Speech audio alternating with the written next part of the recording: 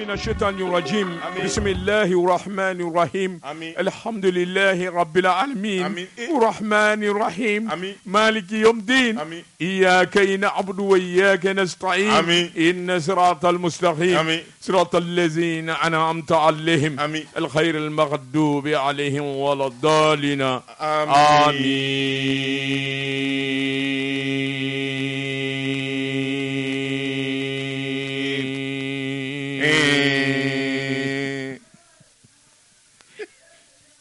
Josi Zedou biye juma ye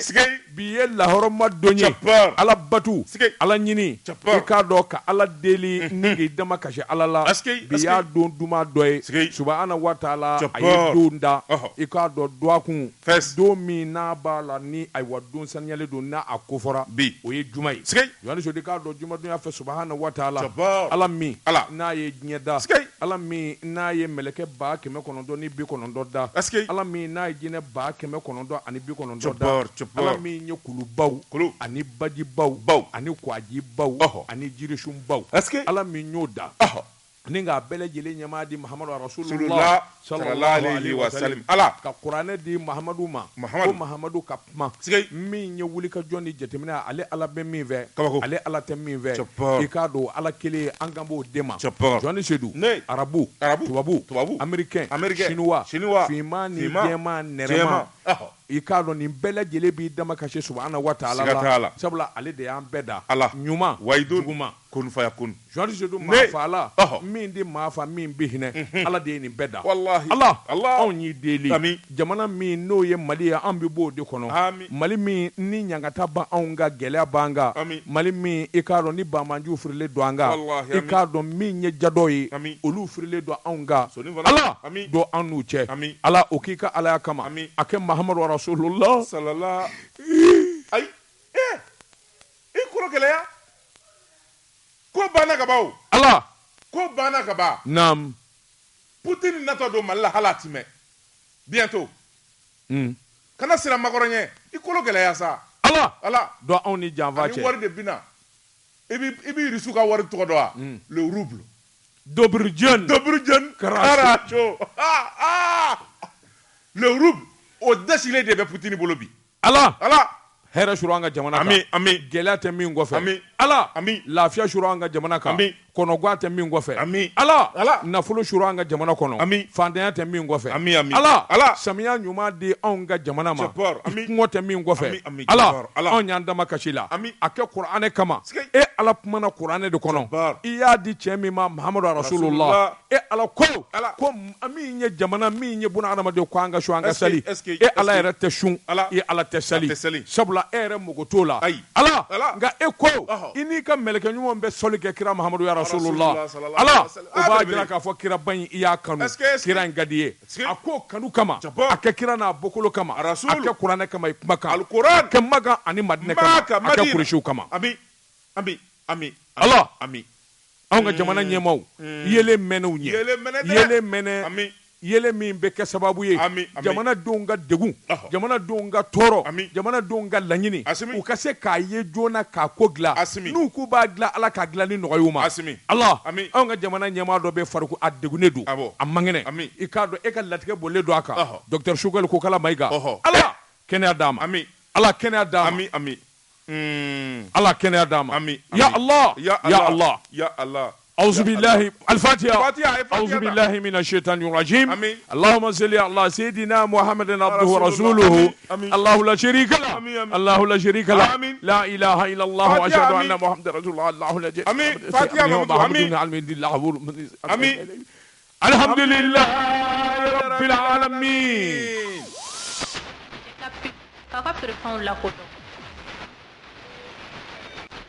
Mena akili jigi dangoroba la ato ade Mohamed Jara u ko ama ba dangoroba dale be duabugu aye wele ko daba bina wa daba tina de ndita o mangati ka mishimine kana wa ai afo ba ye kuluta ni dabaje bajita ni dabache ayita nyedo afwa ko ala ye min dama o ye doni ala ye min dama o ye islamiya ye afwa ko ala ye min nama o ye puma dine teta puma ko dine laseli teta puma ko afa ko ambe hakakile na ha etita letita wane bita mene kana dima ai aye mi ndima yo dako kandige kaso kene wele asugola nguntita itonga ni mene kana na benga mishi di mama ana juru kana dia Bamakoya ako seru nyana fin bena daba nyana fin bena ijija ni bina ini daba kana zene aka mishi bi afale do bina afa letita ndem benzo Bamakoya mi soro ka to kofe ala sogo isawo wa mita mene kana Jonti Seydou ma confiance abi pour tugu de bi nwan vana ikado mi nye mishikoye yoni Seydou ikado nja wuli mandi sabula ka tura dinema ma folo mi nya ke yoni Seydou ka mba dugu jeye ko ke mule kafu ndemuso ka konyo bi se domi mbi ya fajili lamebo fo ngani lasi ndara se ko ke mango konyo benga so nyere de ka konyo be ako daba o ya de ka konyo ako mishu fle alaje mi ngadiye ikado bi juru ko la kadima ko ke mule kafu jugara mete flate nga sugo mi mbi du Bamako na ale ka tampon makaka dumandi ala sagi sawo la ko ke andara se mishu ma ako mishu fleni ne tura bele jamanja abien kolo tita akabu akaja fale do anina ngo ko ke ni akoni aya fereke kadama uye juru do ala ka bo ka bi mishi baraka nguna flake mi no be mishu gen no be dumini du mo bolo ba ton nana o ko patron ni mishi muso de ko ajigina sura na de bia ako daba kuna de kadi gerge kada ay de ferege ka faraka tak o karanye Bamakoya o yaro ne jati wuli mishoko la jati wuli Jonti Seydou nye soko hami mine soke kadinye ka siringa dala nya kuma fo do mo duksa je baba amaye mishi asafurla baba amaye sokedo dafeje ka do mobili kona ka bo mili dili kana dia Bamakoya mais ne ma so nyere mi be sinali ka dala sala ka dala o de do mi be sala ka dala o yendai mi be sinali ka dala barawli ka marifi yo dia de sala so nu ngoro de ay lugo chugodi yaro ko ni ne ko ni ngamana ti gwa ngapma wa ay kana ma toti ngembolo do wa ay skle bwane do biye juma e ngembolo do Jonti Seydou ne même pas membolo bu ko do mbi woni sebe mi nu kama l'indicateur de renouveau Jonti Seydou ka don ay wa mi nye dangoroba e ST ni nyaka fasiriye Jonti Seydou ka do du kolo de butoka puma du kolo de butoka nguna du kolo de butoka yerere mi nye turungumbe mi nye awadugula deunye u kamana gwana u ja tigara usirana foka toti mi nye turungumbe adugukolo abutoka guru de ke kabini moba apmani medoni fo kana puma in laban fo kana manga in laba bonya dugude bele jele ba manga me Jonti ka do ay turungumbe ka dabali ba woroni be anana wuli ka do nana ko dugudon ve ninga kuna foni la se fama ma worobe manu ngala ne do nubi dugukolo jugoro la ko nyaw don machi mafew na nuba laje ka larwe u ko lu de ma ko geologue nana wele utarawa ika don geologue nana fara nyanga ku kam machine da ka turugumbe segere Jonti Seydou ka do turugumbe yere ben nyoro mami nu serai kuna foni daru tuloka anga dugukolo bi manga bo abi yere dugukolo mi nguna puma be ika do jinaw do yalma gne wuli yere de wati sera kabino ko ni vorasa u ye machine mafon bo semene kala ko ka dugukolo in larwe ka kuna kun ka jatemine Jonti Seydou ka don sera bana dugudenw dusukolo la sabula mi nana fuye aya aklisigi ni nde ko jugu wara aka dugukolo a dugumana fale do jisaniya ne de la te masa jabaru masa jisaniya ne jibe be giri jimi nofe o ji de ba ka dugukolo jo a sosole do dep ji de be ka kulu ji de be kulu tan ni ji ngulula na tora ka jigi ikado na jigi la kulu bo ni fɛn minnu bi dugumana na dɔw be karikari ka bi o karika de ano bi nga de bena ni yɛrɛ ni manganba ye a tɛna ni baasi wɛrɛ foyi ye o tuma a y'a hakili sigi nin kuma in kɔni fɔ Jonti Seydou nin b'a jira k'a fɔ an ka jamana i k'a dɔn kalanbolo min bɛ yen jango minnu bɛ DNGM na u ye baara kɛ u y'u ka baara ɲɛdɔn kabini jumadon utukalo tile 2 tɛmɛnen Jonti Seydou nin ko in nana ɲɛdɔn Turugunbekaw fɛ yen Jonti Seydou nka n k'a dɔn ti bɔ Turugunbe ni ma dangoroba in fɔ k'a waleɲuman dɔn min ɲɛngi ɲininka Amadu Jige a bɛ bɔ Turugunbe de Jige ala ka hinɛ na nin kun ye sɛbɛn ye e ɲɛ bɛ jamana in waritigi jumɛn na min tɛ bɔ burusi kɔnɔ e ja burusi kɔnɔ maaw de jamana b'an dala Bamakɔ e ɲɛ bɛ datuma jumɛn na Bamakɔ min ma bɔ burusi kɔnɔ min da ka di ngana ko ma bɔ burusi kɔnɔ mi kelen f'i ye Ba Seydou Sila il est de Touba Touba ye burusi de ye Ba Seydou Sila nana Bamakɔ ya sireli dilan il est venu de la brousse ndo mama Touba tɛ burusi kɔnɔ ye ko Touba ye duguba de ye o tɛ bi ye ani Bamakɔ geno tɛ Touba ko ni tile fila taama don ale Bamakɔ il est maa si tɛ yen ko maa dawulama don ko barika b'a la ko a kɛra milliardaire k'o tɛ bɔ burusi kɔnɔ je cherche a man jan dɛ e ko ne hakili bɛ fɛn na ni hakili jiginna min na a fɔ n ye Ibrahima Jawara il est de Misira Ibrahima Jawara a wolola Bajangara jamana de la ka l'école kun fɔlɔ kɛ yen ça c'est vrai ah oui ka sɔrɔ ka na école tɔ laban non tu as raison Misira de écoleso la tu as raison e dungo jugu dɔ wɛrɛ fɔ n ye ayi n tɛ dɔ wɛrɛ dɔn n y'a ɲɛdɔn i b'a dɔn dɛ nge dozo bɛɛ n'a kungo ta fa si kɛ naam n'an bolo don wa a don Damatuma ne bɛ n tɛgɛ don o bɛ kɛ min bɔ ni sɛbɛn ye an ko min ma la révélation ko dogolenw k'u da kɛnɛ kan naam Amadu T Danzɔgɔ nin y'a ka sɛbɛn ye Danzɔgɔ ye mun fɔ Amadu T Danzɔgɔ ko cɛ bɛɛ lajɛlen tanuni kana bila k'u sadon kɔnɔ hali ni Maliko danna nin ma cɛ kelen bɛ yen min ye colonel cɛ gɛlɛn ye min ye wulikajɔ ani baara daminɛ Mali ye min jɔyɔrɔ sera Amadu Danzɔgɔ ko k'a ka tanu bi colonel Sadio Kamara colonel Passa Nara colonel Passa l'enfant de Kabida. Il est de Kabida. Il est de Kabida. C'est pas loin du village de ma tante là. Ou ka jan ɲɔgɔn na. N ye ɲininkali kɛ. Quoi ni Nara c'est à 45 km. Donc c'est loin de toi? Non. Mourudjan. Il n'est pas loin de Mourudjan. Ah ni Mourudjan manja. Non. Mourudjan babi boy hawa kone. Ala ka hinana. Colonel tu se wari di la sɔrɔ su tɛ wari dɔn. An bɛ jɛli sɔnna. An bɛ bɛnna yɔrɔ kelen. An bɛ bɛnna yɔrɔ kelen. N b'a bɛnkɛ dɔn a bɛnkɛ bɛ bɛnkɛ dɔn. Naam.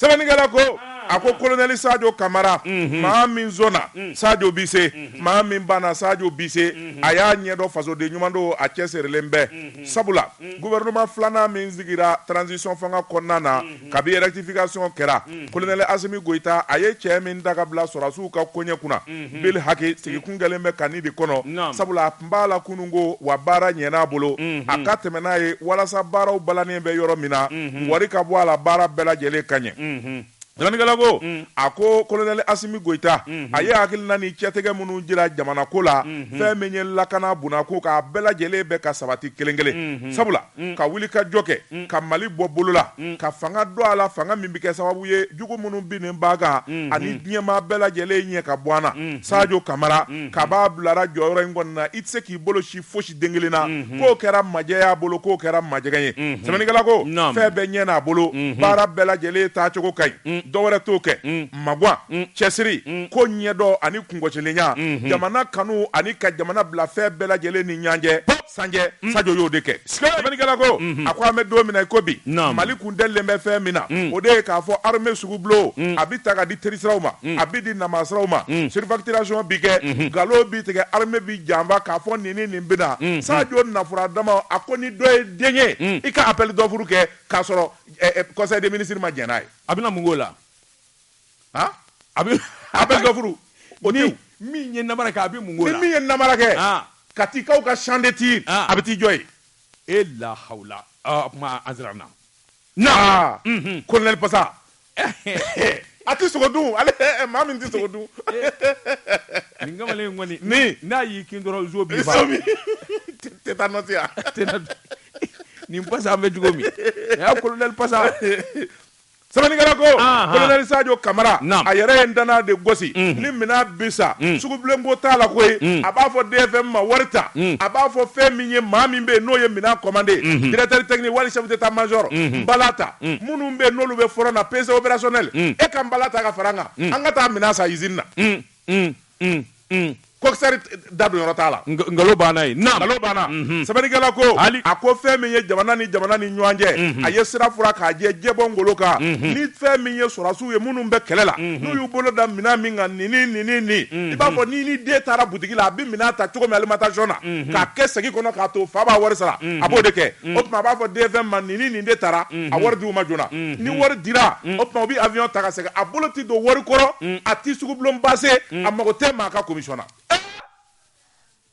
a tuma a bɛ si sɔrɔ a bɛ si sɔrɔ dɛ. A bɛ si sɔrɔ dɛ. sɛbɛnnikɛla ko a ko ministère de la défense maa caman bi boli a nɔfɛ sabu dɔw b'a miiri k'a fɔ wariba de bɛ yen o tuma ni n ye yen sɔrɔ min kɛ banna ye Sadio ko a ti kɛ banna ye Mali armée de bi kɛ banna ye wa wulikajɔ ani baara de bi kɛ malidenw bɛ fɛn min ɲini armée ko la o bɛ se ka sɔrɔ cogo min armée dɔrɔmɛ kelen minɛnsana sugubulonko maa si tɛ se ka don a kan k'a fɔ ko minisiri ye n bila ka na wala minisiri ye n ci ko n na dɔrɔmɛ kelen d'a ma bi n'i y'o kɛ a bɛ k'an ye wele kama. Dara a ka bureau ni kaye man jan. O bi yɔrɔ min na an k'o yɔrɔ to yen. I yɛrɛ ɲini. Naam. Sɛbɛnnikɛla ko a ko an bɛ don min na ko bi a ka sɛgɛn sara bɛ ka ye. Sabula minɛn minnu zanna fɛn min ye avion dakabanaw ye MI minnu zanna avion de chasse ka taa fara migiw kan an bɛ don min na ko bi fɛn min ye bokɛnɛ ani sugunɛ o yɛrɛlen bɛ cɛncɛn kan ani fura kɔrɔ terroriste olu bi yaara don o don. Sɛbɛnnikɛla ko a ko fɛn min ye don o don ye n'a bi ja a bi dɔ ka b'a fitiri la Colonel Sadio Kamara cɛŋana don Mali bɛ se k'i jigi da maa minnu kan k'a fɔ sini ma sinikɛnɛ ma ni Mali bɛ ninnu bolo i n'a fɔ Assimi y'a bila sira cogoya min na u bɛ se ka taa di Mali ye yɔrɔ jan. Kunnafoni bɛ nin ye an ye min zalo ka bɔ la révélation kɔnɔ Amadu T Danjogo ale de y'a sɛbɛn. Jɔnti Seydou dɔ bɛ yaala ni dɔ fa bana ye n bɛ bɔ ni sɛbɛn ye sɛbɛn min n'u k'a ma le triomphe du Mali jamanadenw ka se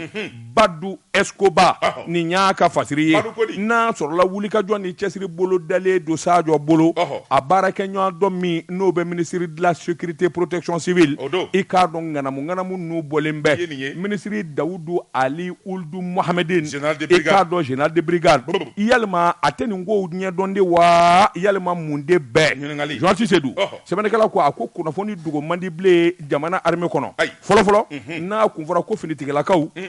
da ne don i k'a dɔn bolo birilen don da la fɛn o fɛn n'o bi k'u la walima min mana kɛ i t'a kuma mɛn bɛɛ lajɛlen bi kun n'a ye nk'o tɛ bi ye Jɔnti Seydou ni diɲɛ yɛlɛmana i bi yɛlɛma a nɔfɛ sɛbɛnnikɛla ko ale bɛ ɲɛmaaya min kunna a bi lakana de ko fɔ ɔ min ye sapeur pompier ye n'o ye protection civile i k'a dɔn olu fana b'a ka kutumu kɔnɔ ko dɔw kɔni kɛlen dɔ ye bi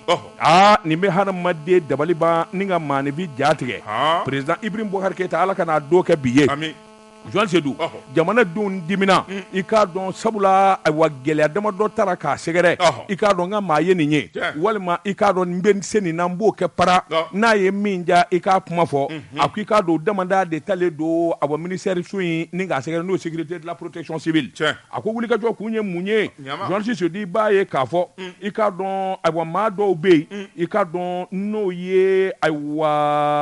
ye Abdurahmani Dumbiya ani maa ani kɔnɔntɔn fonctionnaires don protection civile Jɔnti Seydou i k'a dɔn ninnu ye mankanjilaw de ye u ka wulikajɔ ni cɛsiri i k'a dɔn ka gɛlɛya ta ka kuma caya promotion san 1993 a b'o de ko fɔ Jɔnti Seydou n'i ye jamana sɔrɔsi bolo ta k'a lajɛ min ye jala sɔrɔli n'o ma kɛ anw ka ayiwa général dɔw ye minnu ye jala ta k'u dalen to climatiseur kɔrɔ a ko i k'a dɔn jala tali ani jala sɔrɔli kɛcogo de b'a la avancement yɛrɛ sɔrɔsi kunda cogoya de b'a la Jɔnti Seydou kɔsa in na i k'a dɔn denmisɛnnin dɔw donna ayiwa fini na i k'a dɔn olu sina ka jalaw sɔrɔ ten sɛbɛnnikɛla ko kun de b'o la sabula u n'a ka kan u y'a kala de kɛ diplôme baw b'u bolo Jɔnti Seydou i k'a dɔn donna ayiwa i k'a dɔn fini na a ka di n ye nka kalan di la nka e ko wajibi f'i ka san sɔrɔ f'i ka jala sɔrɔ Jɔnti Seydou i k'a dɔn olu ye ko gɛlɛnba ye sɛbɛnnikɛla ko i k'a dɔn dɛmɛ ka ɲɔgɔn suguba ka ɲɔgɔn dɛmɛ ka yɛlɛ sanfɛ i y'a dɔn o de ye Mali yɛrɛ koya o de ye Mali yɛrɛ tiɲɛ sɛbɛnnikɛla ko kɔsa in na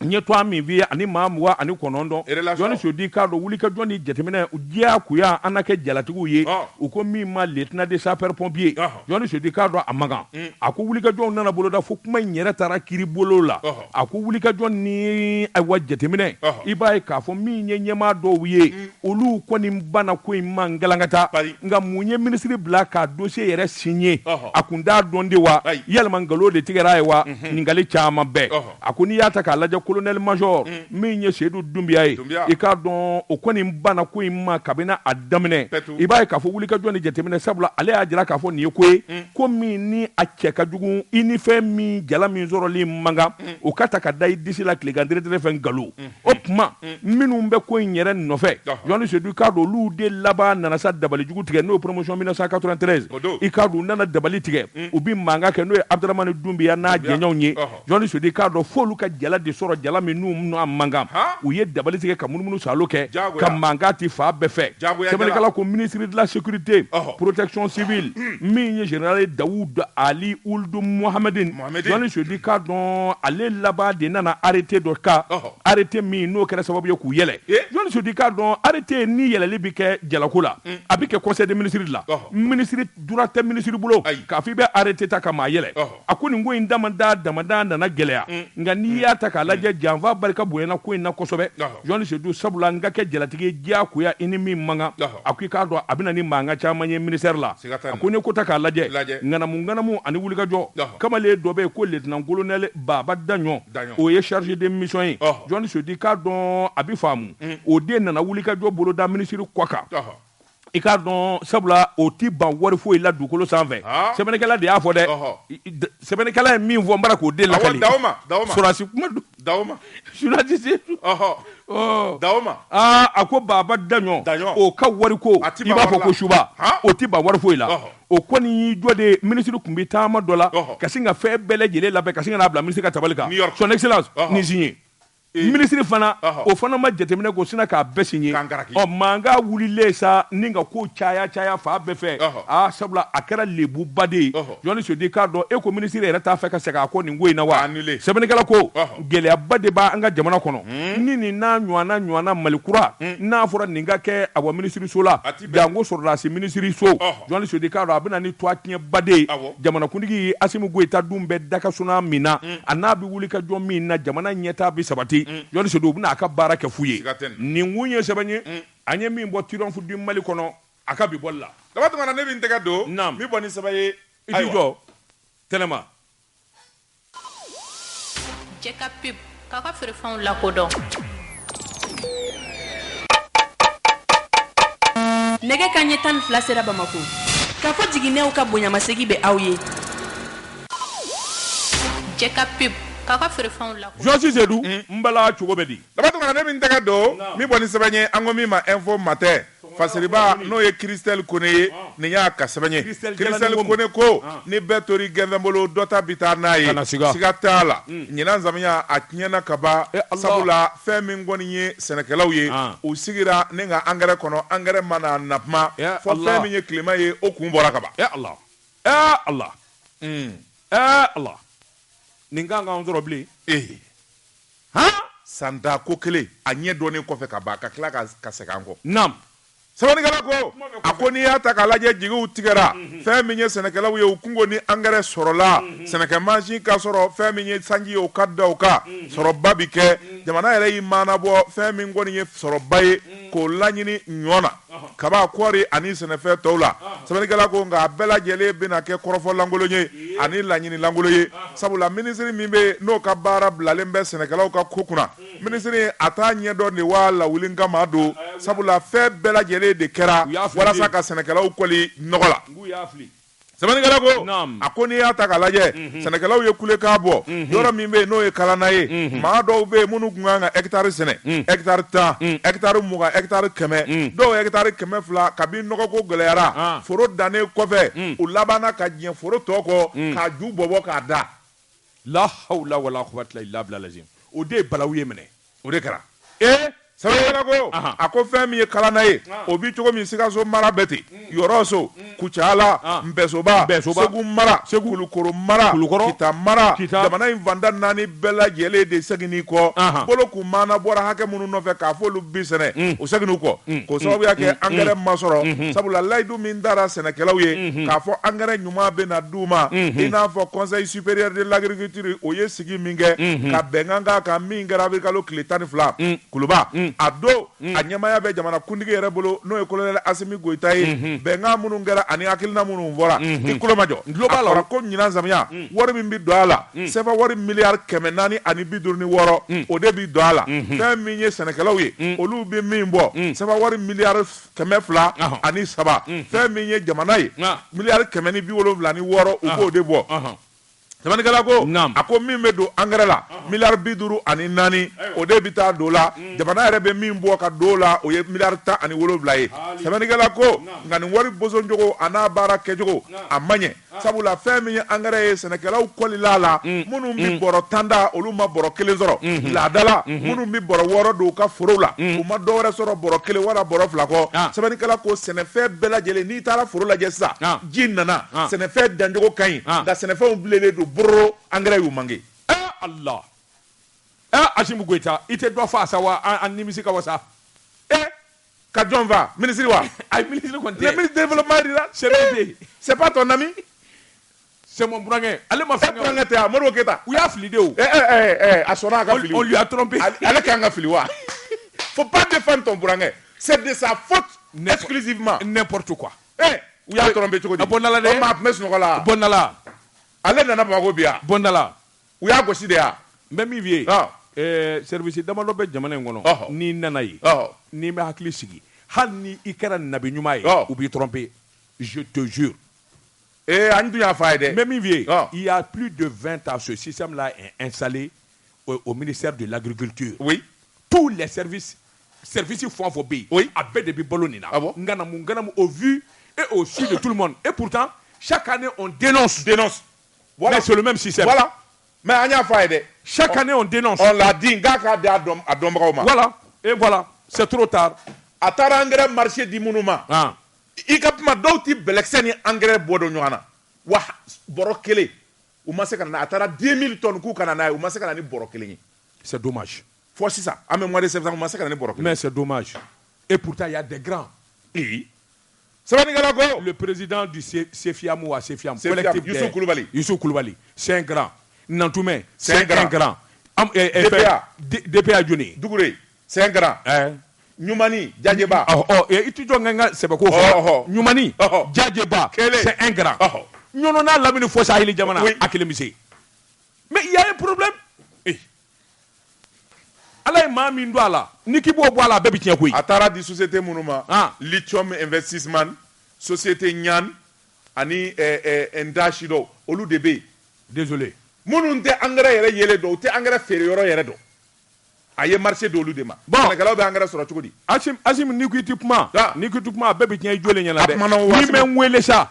nga ta kuma ɲɛ f'i ye Asimi kuma na o ayi ɔhɔ sɛbɛnnikɛla ko a ko nana gɛlɛya sɛnɛkɛlaw yɛrɛ de ye wonba de fɔ u ye sɛbɛnni kɛ ka ci jamanakuntigi yɛrɛ ma jamanakuntigi n'i yɛrɛ ma wuli k'i jɔ sugubulonko in na a ka ɲɛnabɔ a ti ɲɛ dɛ o yɔrɔnin bɛɛ premier ministre min bɛ nɔnabila la n'o ye intérim ye a ye ci bila Modibo Keita ma ka ci bila engrais feereba jɔnjɔnw ma fɛn min ye sigi ye k'o kɛ u nana ye maa minnu kan ka na ni min ye u kan ka na ni min ye société 6 la 5 bɛ o ma na ni foyi ye 1 de sera ka na ni tɔnni 1000 ye. La hawla wala quwwata illa billah.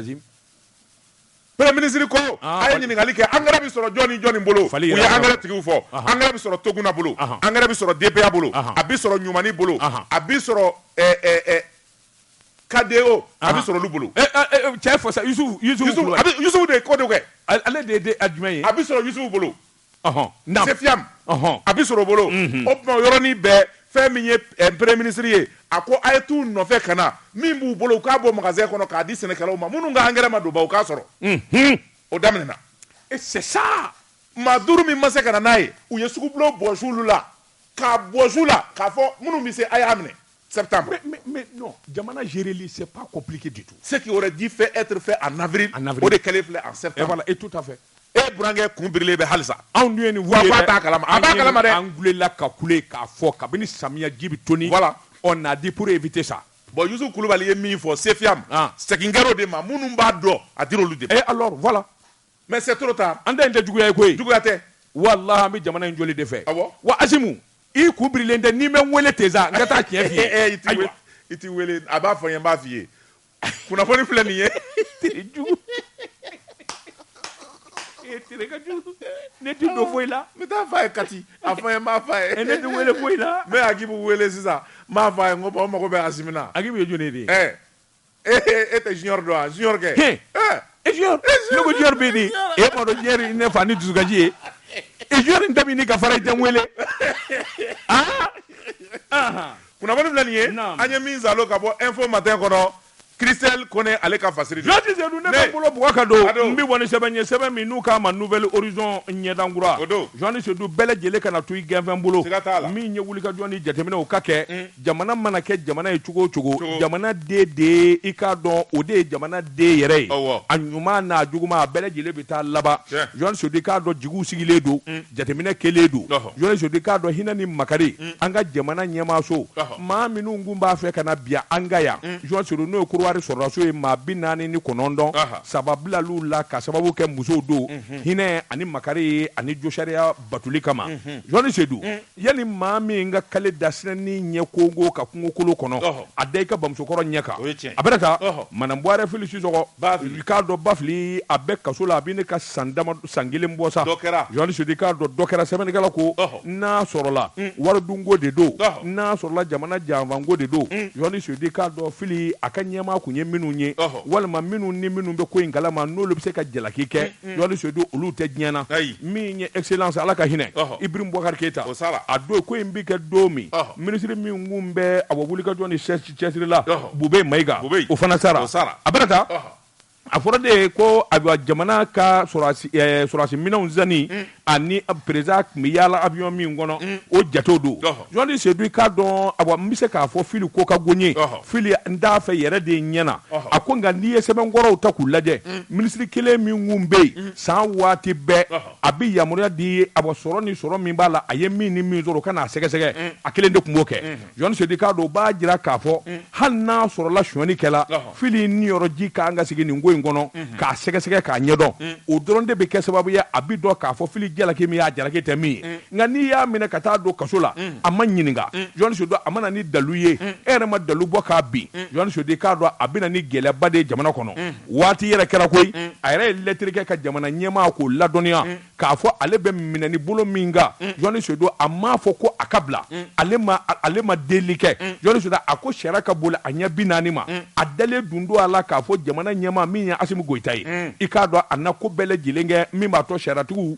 i k'a dɔn wulikajɔ na boloda min b'a to ko ɲɛ bɛ ɲɔ sɔrɔ a ko n'o tɛ san kelen bi a dan bɛ kaso la a kɛra maakɔrɔba ye kɔrɔ ka na man di Jean Seydou i k'a dɔn o ye kelen ye si bɛ yɔrɔ min i k'a dɔn wulikajɔ ni minɛcogo dɔw bɛ yen o tɛ k'u maa na bilen o tuma dabali ka tigɛ joona Jean Seydou i k'a dɔn hinɛ taara ka Ivoirien muso 3 min sɛgɛrɛ o hinɛ kelen bɛ se ka ta k'a sɛgɛrɛ Jean Seydou i k'a dɔn min ye sɛgɛsɛgɛliw ni jateminɛw ye hali n'a sɔrɔla Jean Seydou k'a dɔn min ye liberté provisoire ye a ka avocat y'o ɲini n'o bɛ se ka d'a ma a ka taa kaso a taatɔ tɛ dugu la a tɛ boli Jean Seydou n'u fanga jɔra a la don min u n'a wele k'a ɲininka dalu minnu b'a bolo a n'o bɔ k'o bin nin kun ye sɛbɛn ye an ye min bɔ Nouvelle Horizon kɔnɔ ɲɛdankura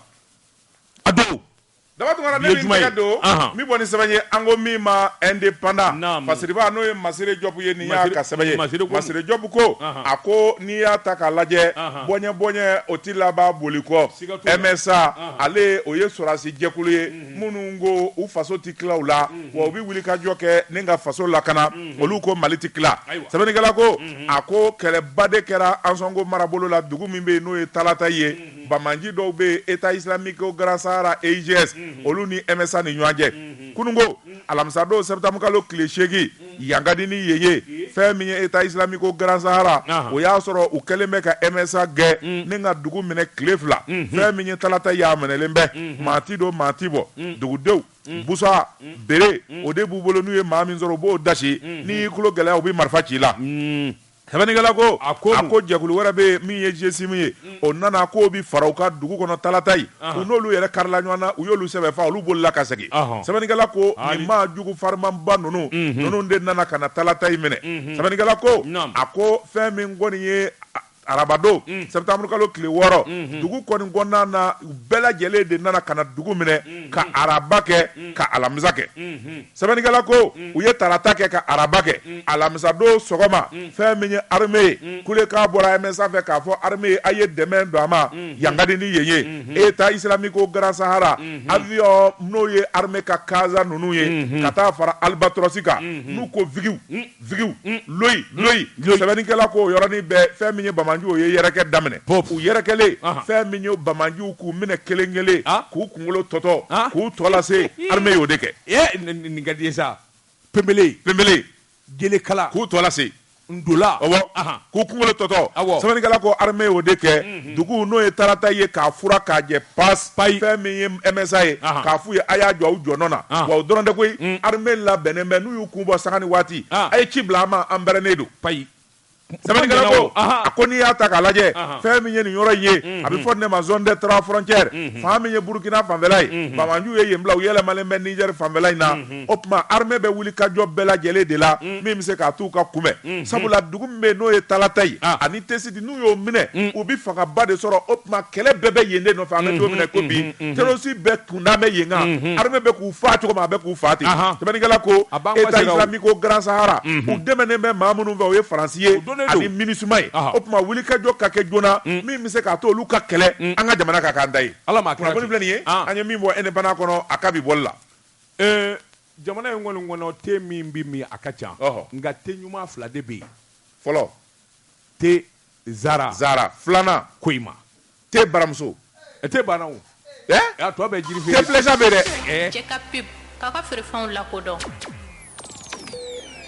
Te Flécha, tirez flèche jusqu'à dans Bamako. Mun kɛra? Te Flécha kɛ. U m'u ka tombola belebeleba daminɛ Bamako tuguni wa u k'u famana k'a kɛ. O de nisɔndiya b'e la. Te Flécha a bɛna a ka tombola kura boloda min n'a lajɛli fɛn tɛ se ka fɔ ka. Joasi Seydou ni maa y'i seko bɛ kɛ i kɛɲɛko laban bɛna jɔ i ɲɛ kaki siga t'a la Joasi Seydou i k'a dɔn n bɛ n bolo bugɔ ka don n bɛ bɔ ni sɛbɛn ye sɛbɛn min n'u k'a ma ko lesor ɲɛta sɛbɛnfura nin y'a bolo ko siɲɛ 1976 Joasi Seydou i k'a dɔn Sifma ye cakɛda ye min bɛ dugukolo baara min bɛ so jɔ a bɛ nin baara in na a ka ca san caman ye jamana kɔnɔ minɛn ma denkɛ ka jɛgɛ a bolo ale ye sojɔladen ye socila tɛ Société immobilière et foncière du Mali u k'a ma Sifma Joasi Seydou i k'a dɔn wulikajɔ ni jateminɛ bolo kan jamana in gɛn bɛ bingan jamana de ye ani bɔsindigi la kɛnɛ karakaba min ye wulikajɔ ni jateminɛ ye Sifma ani Bamakɔ kafo n'o ye gouverneur ye a n'o bɛ ɲɔgɔn na ani commune sabanan mairie u bɛ ɲɔgɔn na a bɛ waati bɔ ani conseil de quartier min ye sokɔnɔfin awa min gogo min ye wulikajɔw ye a ko i b'a ye k'a fɔ kabini san 2003 san 2006 yarɔ o tɛ bi ye dɛ a halala dugukolo i k'a dɔn jamana de y'a d'a ma k'a kɛ titre foncier ngo n'a ta bɛɛ i k'a dɔn dugukolo ŋanamukɛlaw ani binganikɛlaw olu k'u t'a dabila Joasi Seydou filɛ ka wulikajɔ de boloda min ye ayiwa a ka dugukolo wa mana halala a ka titre foncier ka wulikajɔ boloda ka taa boso k'a tila mɔɔw ni ɲɔgɔn cɛ i k'a dɔn ka taa nkalon tigɛ maanifi ye fa bɛɛ lajɛlen na u ka n'u firi dugukolo in kan a ko nin bɛ se ka kɛ kɛcogo jumɛn na a ko n'i y'a ta k'a lajɛ min ye titre foncier min n'a ta don min ye kulu min n'u k'a ma ko ayiwa Kolimaɲi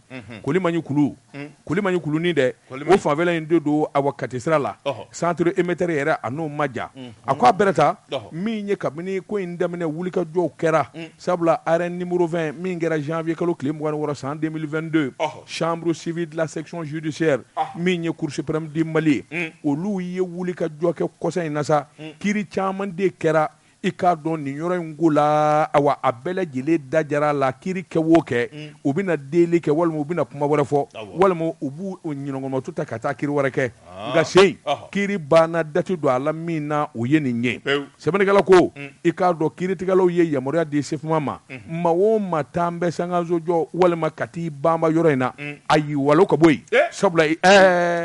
ta i ka yɔrɔ ye Allah Joasi Seydou makari ko filɛ nka n'i ye ko ta k'a lajɛ tulogɛlɛya bɛ maa se ko ma sabula min ye Sifma ye kabini ayiwa mairie bara ka yɔrɔ in di commune 3 mairie n'a bara ka yɔrɔ in di mɔgɔ ma a ye cili kɛ ka kangari da a ye sabali mairie ngu b'a fɔ ko n'i y'a jɔ ka ban k'a tɛ se ka mairie awɔ mairie b'a nɛgɛnden mairie b'a nɛgɛ a bara ka nkalon tigɛ a ye a bara ka asu mairie b'u nɛgɛ dɛ ko la sabula ale bɛ tila k'i fori ka bɔ a kɔrɔ i k'a dɔn a ti ɲɛ aw ye wari ɲinina ye ne yɛrɛ ye wari ɲinina ye n ye n ka yɔrɔ san i k'a dɔn sancogo ɲuman na a sɛbɛnfuraw bɛɛ lajɛlen jɛlen don nka ka taa aw nɛgɛ ka yɔrɔ d'a ma n'a ma jan don a yɛrɛ la i k'a dɔn ayiwa min ye garijɛgɛ ɲini kojugu i laban bɛ bi dɔ garijɛgɛ da dɛ Joasi Seydou i k'a dɔn nin damanda kangari dun dara dɛ wa yɔrɔ in feere la fonctionnaire commerçants artisans sɔrɔsiw yɛrɛ dɔw bɛ yen olu ta b'a la usine tigiw usine baarakɛlaw hali maliyɛn dɔw bi jamana ko kan olu y'a taara yɔrɔ in feere nin bɛɛ ma sɛbɛnnikɛla ko banla yɛrɛ jumɛn b'a la dɔw yɛrɛ taara fo titiri wɛrɛ dilan i k'a dɔn langolo titiri kan o bɛ kɛ kɛcogo jumɛn mairie don dɛ a ko n'i y'a ta k'a lajɛ min ye san 13 sifuma jamana den do a wɛrɛ ye nafolo ɲinina ye san 13 k'a kɔli a k'an ka wari fɔn fɔ sɔrɔ walima a b'a fɛ ka baara fɔn fɔ kɛ nin tɛ bingani kɛnɛ ka karaba ye wa o bɛ ɲɛ wa Jɔn Sodi k'a dɔn an kana bin ɲɔgɔn kan a ko nka sifuma ye hakili ɲuman sɔrɔ ni ka wuli ka jɔ bolo da a ko maa minnu bɛ yɔrɔ la hali n'a sɔrɔla jalaki bɛ bin u kan maa minnu y'u su ka taa yɔrɔ ni fɛn feere u ma ale tɛ dugukolo cila ye ale tɛ maa ka so cila ye ale na hakili ɲuman ɲini ayiwa min bɛ se k'a to ko in bɛ ɲɛ cogo min na maa si kana dɛsɛ ayiwa maa si kana tɔɲɔ o de la a ye jɛkulu dɔ sigi sen kan ka hakili ɲuman dɔ bɔ k'a bin u ko min ma sifuma hakili ɲuman Jɔn Sodi o ye mun ye o de ye ka yamaruya di kɛ ka wuli ka jɔ kɛ maa o maa n'i bɛ yɔrɔ in na Jɔn Sodi k'a dɔn a ɲɛ ka se ka dɔn Jɔn Sodi sabula ale tɛ a ka yɔrɔ in namara t'a la kabini 2003 2006 jamana de yɔrɔ feere ale ma n'i nana masumalen n'u y'i nɛgɛ ka taa nin d'i ma i k'a dɔn u y'i bila ayiwa kɛnɛ langolo de la o de la yɔrɔ in dabɔlen kun don min kama Jɔn Sodi o de ye ka yɔrɔ belebele jɔ Bamakɔ min ni ayiwa i k'a dɔn fɛn bɛɛ lajɛlen bi kɛ a yɔrɔ kun min labɛnnen don a kama a ka ɲi ni ACI ye Jɔn Sodi k'a dɔn o dabali de tigɛlen don nka n'a ma ɲɛ n'a kɛra nin cogo in ye hakili ɲuman bolo kan an bɛɛ ye jamanaden ye i k'a dɔn n t'a fɛ ka fanda tɔɲɔ n t'a fɛ ka dɛsɛbaatɔ tɔɲɔ nka n fana kana tɔɲɔ dɛ Jɔn Sodi o hakili ɲuman de taara i k'a dɔn sifuma a baarakɛlaw a ɲɛmaaso fɛ ni ka wuli ka jɔ bolo da min bɛ se k'a to bɛɛ lajɛlen bɛ nafa sɔrɔ o de la a nana a bɔ cakɛda min sigi o kalifalen bɛ géométrie expert dɔ ma min agréé don o de ye Amadu Sumare ye ale yɛrɛ kun ye ordre des géomètres du Mali ka président ye Jɔn Sodi i k'a dɔn a ka cabinet tɔgɔ de ko CTA a ka téléphone numéro o de ye 00223 76 43 26 27 a filɛ ACI demi kɔnɔ Jɔn Sodi i bɛ wuli ka taa o tigi fɛ yen n'i taara i tɛ taa sifuma la dɛ i bɛ taa nin de fɛ yen i n'olu tɛ ɲɔgɔn ye kuma t'a ni ɲɔgɔn cɛ i ka dossier technique i bɛ taa ka taa jira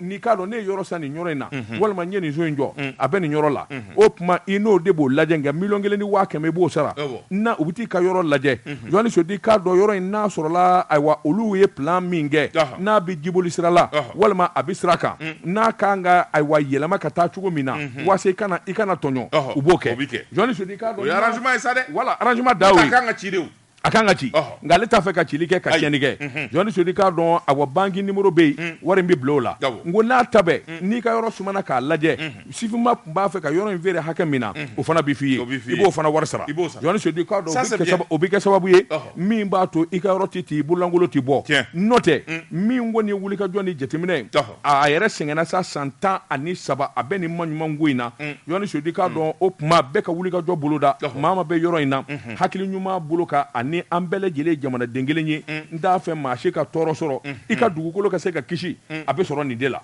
nin kun ye sɛbɛn ye an ye min zalo ka bɔ ayiwa lesɔrɔ kɔnɔ ɲɛtaa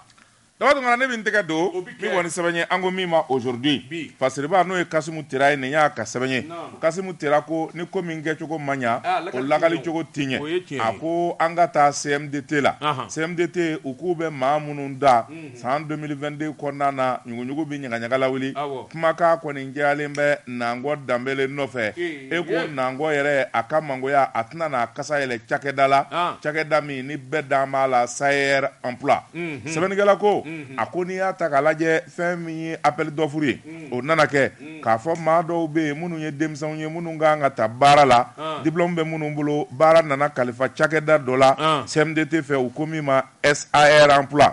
sɛbɛnnikɛla ko SAR Emploi Mali ale de ko fɛn min ye technicien ye ingénieur minnu bɛ sɛnɛ ɲɛdɔn k'olu bɛna ta CMDT tɔgɔ la sɛbɛnnikɛla ko concours nana dayɛlɛ juillet kalo tile 17 centre 3 Bamako Kucala ani Sikaso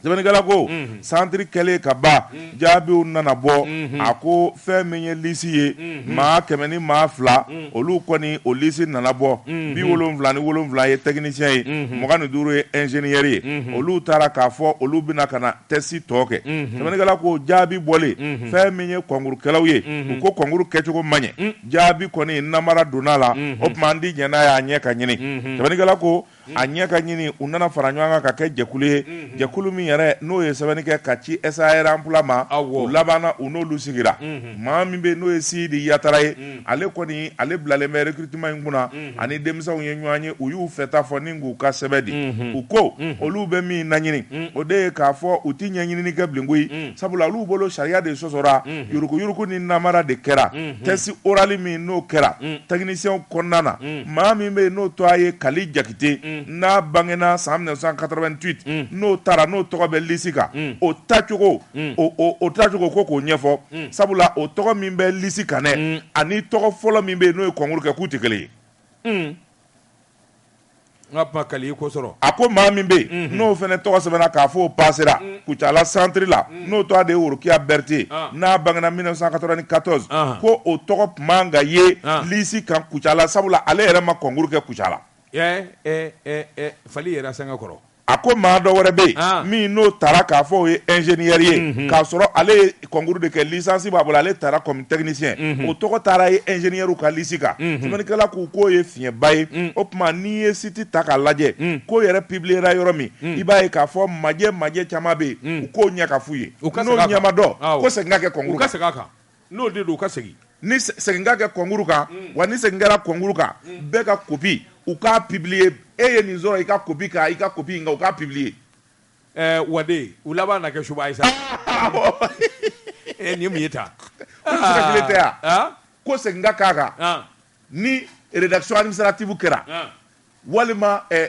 industrie kɛra i mana min sɔrɔ i ka copie kan copie yɛrɛ ka publier internet kan bɛɛ k'a ye a kuma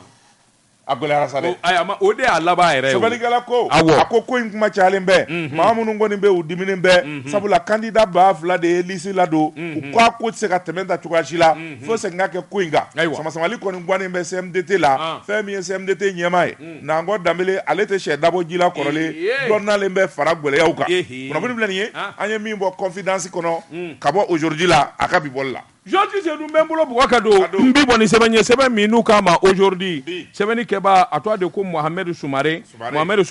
i k'a dɔn kalanden don a ko an kana ɲinɛ min ye jamana in kɔnɔ i k'a dɔn ŋanaba dɔw tɛmɛna a bɛ san caman bɔ ɲinɛ kana k'u kɔ a ko bi ale hakili bi jigi ka jamana dɔw hakili jigi cɛkunba dɔ la min sara a mɛnna Alhaji Modi Sila Alhaji Modi Sila n'a tɔgɔ fɔra jamana in kɔnɔ Jondi Sedi k'a dɔn fo n'i ye dunan ye hali n'i ye dunan ye de la ka Modi Sila to a mɛn a ye wuli ka jɔ ani baara min kɛ jamana in kɔnɔ i k'a dɔn ayiwa maa man ka ɲinɛ Modi Sila kɔ sabula tuuba ka don Joan Sedi k'a dɔn o tɛmɛnen kɔfɛ farikɔnɛjɛ dɔlata jɛrɛ jɛkulu min bɛ yan n'o ye Blanjo Blagan Stade Malien i k'a dɔn ale yɛrɛ de kɛra sababu ye ani maa caman ni ka Stade Malien k'a dayɛlɛ Modi Sila tuma min n'a ye bulonkɔnɔkalaw kɛ Tuuba ka kuranɛ durusi k'o ban Modi Sila a sɔrɔla ka wuli ka jɔ boloda k'i kunda Korowari jamana kan i k'a dɔn a ye nafolo sɔrɔ yen nafoloba a kɔsegira ka na faso la a nanen faso la min kɛ min ye ayiwa sugu ye a y'o matarafa daba 4 feerefɛn ka dɔgɔ Modi Sila a kun tɛ min jago wuli ka jɔw nana ani feere nana ja la dɔ fara la sɔrɔ ka kosɛbɛ ngo n'a ta bɛɛ fɛn min ka da ni ye n'o ye silamɛya ani ayiwa farikɔnɛjɛ ye sabula Stade Malien i k'a dɔn kun ka da ni ye fo k'a fɔ k'a to ten min ye wuli ka jɔ ni jateminɛ ye sadi a ye ɲɛtaa fɛn o fɛn kɛ kabini san 1960 Modi Sila a b'a ju la sɛbɛnnikɛla ko Modi Sila kɔni n'a tɛ misiri la a bɛ ballondanyɔrɔ la fo san 1980 waati i k'a dɔn ayiwa Modi Sila a laban nana kɛ vice président ye i k'a dɔn o yɛrɛ tɛmɛnen kɔfɛ a kɛra vice président ye à vie i k'a dɔn min b'a jira k'a fɔ Stade Malien kanubaa kun don a n'a dɛmɛba ballonda kɔni a ye dɛmɛba de ta ka an ka jamana sɛgɛrɛ i k'a dɔn sabula ballondanko ko n'a wulila Modi Sila a kun tɛ k'a kɔ sɛbɛnnikɛla ko Alhaji Modi Sila min ye a ka bolo waati i k'a dɔn a ye wuli ka jɔ caman kɛ hali maa minnu kun bɛ section basket la i k'a dɔn Modi Sila a ka dɛmɛ sera ninnu bɛɛ ma a ka diinɛ ko kɔni a ye maa t'o fɔ a ye n'i y'a ta k'a lajɛ Modi Sila a dɔnnen don ni min ye kosɛbɛ o de ye tiɲɛjala fɔli ye a tɛ siran a tɛ tanbakiya ni silamɛya ko don o wuli ka jɔ n'o baara fana maa t'o fana fɔ a ye sabula n'i y'a ta k'a lajɛ diinɛ ɲɛmaaso fɛn o fɛn bɛ jamana in kɔnɔ i b'a ye k'a fɔ Modi Sila i k'a dɔn minnu y'a sigi ale de kɛra a kɛra o fana sababu ye olu sigili i n'a fɔ AMIP o sigili i k'a dɔn a b'o ju la o conseil islamique o sigili fana a b'o ju la Modi Sila i k'a dɔn marikiba min bɛ yen n'u tun k'a ma ko Mazda ale de kun ye représentant ye ayiwa farafinna yɛrɛ kɔnɔ o tɛmɛnen kɔfɛ i k'a dɔn Modi Sila ayiwa a laban nana agence de voyage sigi sen kan min bɛ taa ni mɔɔ ye Makan e ko o yɛrɛ de tɛ agence de voyage fɔlɔfɔlɔ ye ko min ma Al Umra a ko wulikajɔ ni jateminɛ ka taa ni mɔɔ ye Makan ka hiji labɛn a yera Modi Sila fɔlɔfɔlɔ de la ayiwa jamana in kɔnɔ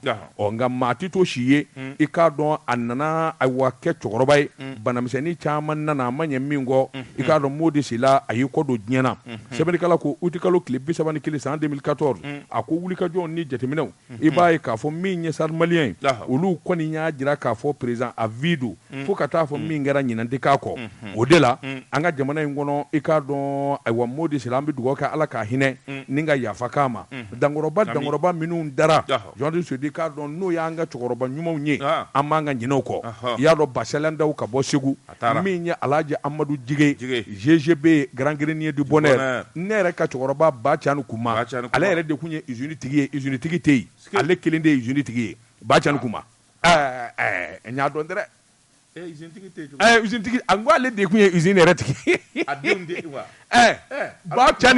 Bacani de usine tigi ye alu kuma ka bɔ Barawuli Alhaji Mafa Aidara i k'a dɔn Segu Amadu Dawu ni Bedi Tarawelew min ye Bamadu Simagaw ye ninnu bɛɛ lajɛlen kun ye ŋanabaw ye minnu ni ɲinɛ tɛ k'u kɔ ani Grand Grenier du Bonheur GGB Sila Biba marakɛ taar'i da lahara cɛ duman ko u to yen u segin dɔ bi sa ma coup d'état a y'a ka coup d'état min kɛra o yɛrɛ ale ka yɔrɔ in ni Radio Mali man jan ɲɔgɔn na marifatika bɔra ORTM na pow a ka chauffeur kɛ kamalenkolo gɛlɛn jamanjanba a sigilen boutique kɔnɔ a sina k'a fɔ papu mobili munumunu an ka taa so bi sugu in man di mankan min bi yan nin tɛ mankan duman ye Papu ye mobili munumunu n'i bɛ taa ale ka yɔrɔ la kaburu do sira jan kelen ɲare la yarɔ a tɛ jigin a bɛ yɛlɛ de kana sugu kɔnɔ Papu k'a bɛ mun na ko n k'i ka sira in minɛ ka taa sans interdit minɛ u y'o dasi bɔ ni san lɛrɛ bɛ bɔ kaburu do da u nana bɔ u bɛ kilasɔnni kɛ pi parce que u ɲɛ b'a la u bɛ sans interdit kan fɔ a ko aw tɛ nin ye mun ko ye tan aw ɲɛ tɛ sans interdit aw tɛ aw b'a bila sans interdit a ko Papu kana nin jate i b'a bolitɔ ye ka ko an na sisan min bɛ ɲɛfɛ min ɲɛfɛ n'a sera ye a bɛ segin ka ko an na ka na an ka da Ala ka hinɛ u bɛɛ la ka yafa ko ma jɔn surtout waati n'a ka waati ma se bi ta an b'a bila yan an b'an ka minɛnw jɛ an bɛ taa an da Sim Market kɔnɔ Sim Market i k'a dɔn min ye wulikajɛ sogo kɛnɛ jɛgɛ kɛnɛ yiriden kɛnɛ nɔnɔ biscuit fɛn fɔ ye dunfɛn ye min bɛ bɔ Amérique min bɛ bɔ Faransi nin bɛɛ lajɛlen yɛrɛ kelen bɛ Sim Market u filɛ nin ye immeuble bama na da min ɲɛsinen bɛ BMS dama a ka agence kura goudron de b'u ni ɲɔgɔn cɛ bibliothèque nationale da yen do ayi dɛ e yɛrɛ tɛ yɔrɔ in dɔn mais je connais n'i tɛmɛna bibliothèque nationale la i bɛna se palais des sports ma i bɛ tɛmɛ o kan i bɛ tɛmɛ palais des sports kan dɔrɔn c'est là-bas à droite ouais mais je connais tu as été là-bas mais n ko ne y'a localiser GPS de fɛ ka i taa taara n kɔfɛ de espèce de fumier wayi jeune c'est an b'an kɛ nakɔ kɔlɔni kɔ ye bi ye juma ye jumanata waati sera ni Ala ni kira sɔnna siradanni na an balima bɔbɔw ka jɛmukan o bɛ sigi n'olu wulila a mɛ Jakite ni Moro bɛ ɲɔgɔn sɔrɔ surafana t'o ma don su in na nɛgɛ ɲɛ 20 sɛgɛ bɛ kɛ nin gafe kelen kan Burapele a n'a jɛɲɔgɔn olu bɛ se ka na nɛgɛ ɲɛ 21 ni Ala jɛnna n'a ye ntɛnɛn wɛrɛ an bɛ ɲɔgɔn sɔrɔ nin kɛnɛ kelen kan nin kumaso kelen kɔnɔ sɛbɛnfura bɛ bɔ k'olu lakali nka ne ni radio lamɛnbaw an bɛ ɲɔgɔn sɔrɔ Jɛkafɔ ka bolofara min bɛ n'u k'a ma radio Manca FM 92.9 bolofara tɛ Jɛkafɔ la Siniju Jɛkafɔ kɔni mais jiriba de don bolofara t'a la non radio mana bonya il faut avoir des bolofara foyi tɛ ça c'est quoi ça c'est quoi ni maaw b'a u yɛrɛ fɛ ni maaw b'a fɛ ka kunnafoni ɲuman sɔrɔ Bawule FM radio pirate don tɛnɛma bolo tun bɛ nɛgɛ la a ka karamɔgɔ b'a kɔfɛ journaliste Seydou Daba Tunkara wa salam